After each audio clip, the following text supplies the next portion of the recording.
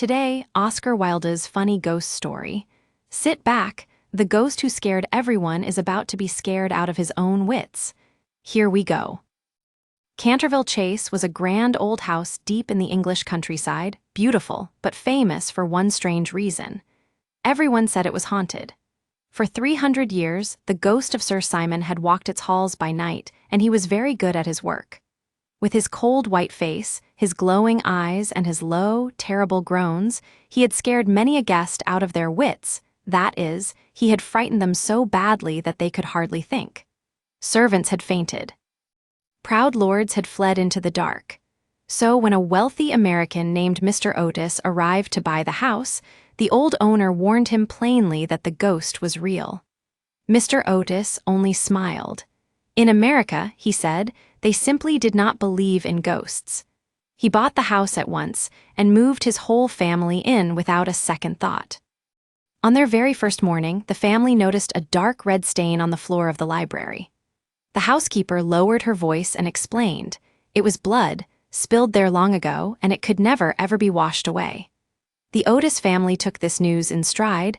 They stayed perfectly calm and were not troubled by it in the least. Young Washington, the eldest son, simply drew a bottle of American stain remover from his pocket and rubbed the spot hard. In a moment, the terrible stain was gone. Everyone nodded, pleased, and went in to breakfast. That night, however, the stain returned. The next day they cleaned it away again, and the next. Each time it came back, the family removed it once more calmly, as though it were nothing but ordinary dirt. They took the whole haunted business in stride. At last the ghost decided it was time to act. That night, Mr. Otis woke to a horrible sound in the corridor, the slow, heavy clank of rusty chains being dragged across the stone floor. He rose, calm as ever, lit a lamp, and opened his door. There stood Sir Simon himself, eyes burning like coals, chains hanging from his wrists. Any ordinary man would have screamed. Mr. Otis simply held out a small bottle. I see your chains are rather noisy, he said kindly. Here is some oil to keep them quiet. Do help yourself. The ghost was speechless. In 300 years, no one had ever offered him lubricating oil. To accept such a gift felt utterly beneath his dignity, far too shameful and low for so proud a spirit. He let out a furious groan, hurled his chains to the floor, and vanished through the wall in a cloud of green light. Let's pause and look at the first 3 phrases from our story. First, scare someone out of their wits. Your wits are your quick thinking, your sharp mind. To scare someone out of their wits is to frighten them so badly that for a moment they can hardly think at all. For 300 years, Sir Simon scared his guests out of their wits. Try it. That loud bang scared me out of my wits. Second, take something in stride.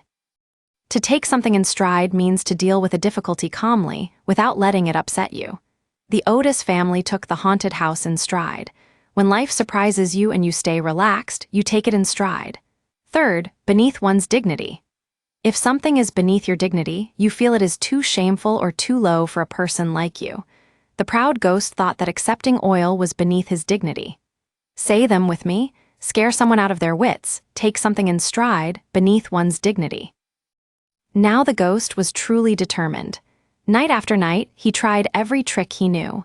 He rattled his chains, he moaned, he wore his most frightening faces, but nothing worked at all.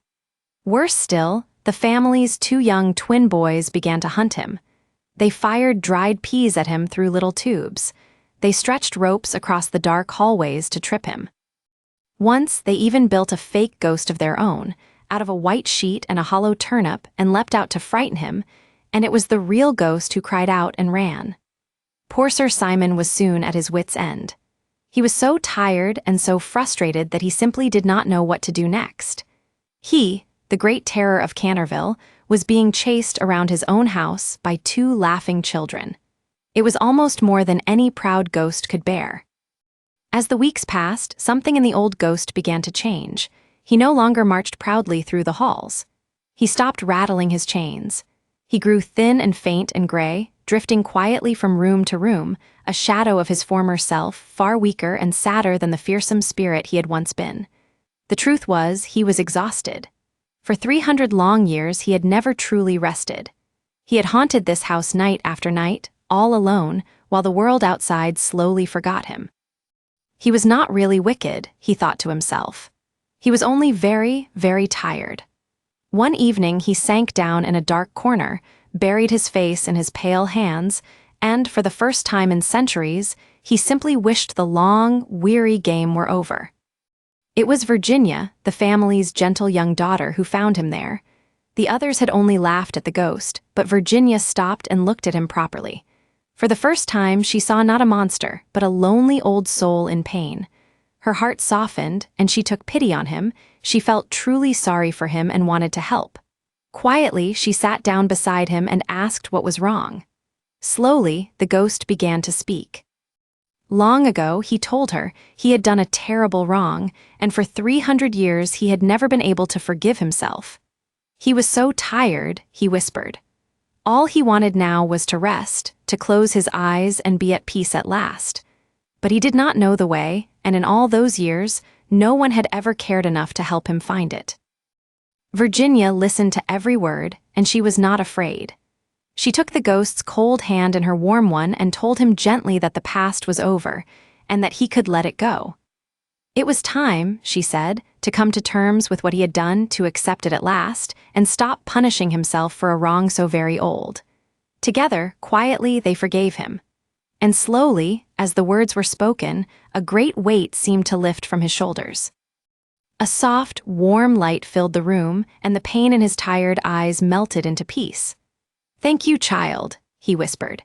"You have set me free." With one last gentle smile, Sir Simon faded softly away, his long sorrow finally laid to rest, put to peace after 300 years. And the next morning, out in the garden, an old almond tree that had never once flowered stood covered in soft white blossoms. Now let's learn the last 5 phrases. First, at one's wits' end. When you are at your wits' end, you are so worried or frustrated that you no longer know what to do. Chased by the twins, the ghost was at his wits' end. Second, a shadow of one's former self. This describes someone who has become far weaker, thinner, or sadder than they used to be. The tired old ghost was a shadow of his former self. Third, take pity on someone. To take pity on someone is to feel sorry for them and treat them with kindness. Virginia took pity on the lonely ghost. Fourth, come to terms with. To come to terms with something is to accept a hard truth, even when it is painful. The ghost finally came to terms with his past. And fifth, lay something to rest. To lay something to rest is to deal with it fully so that it stops troubling you forever. At last, the ghost's long sorrow was laid to rest. Say them with me. At one's wits' end, a shadow of one's former self, take pity on someone, come to terms with, lay something to rest.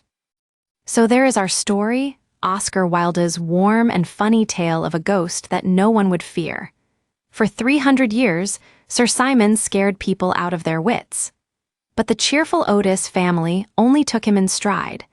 They scrubbed away his bloodstain and offered oil for his noisy chains, which he felt was quite beneath his dignity. Chased by the twins, he was soon at his wits' end and grew into a shadow of his former self, until Virginia took pity on him and helped him come to terms with his past and lay his old sorrow to rest. Now, 3 quick questions. 1. How did the Otis family remove the famous bloodstain? 2. Why did the ghost grow so tired and sad? And 3. How did Virginia finally help him find peace? Pause the video, answer out loud, and share your thoughts in the comments. Thank you so much for listening all the way to the end. Gentle, funny stories like this one are one of the very best ways to grow your English naturally and without any stress at all. If you enjoyed the Canterville Ghost, stay right here with me. Our next story carries you off to another time and place where one quiet act of kindness changes everything. Tap that subscribe button so you never miss a new episode, and let the next story begin to play. Keep listening, keep learning, and I will see you very soon in the next one. Goodbye for now.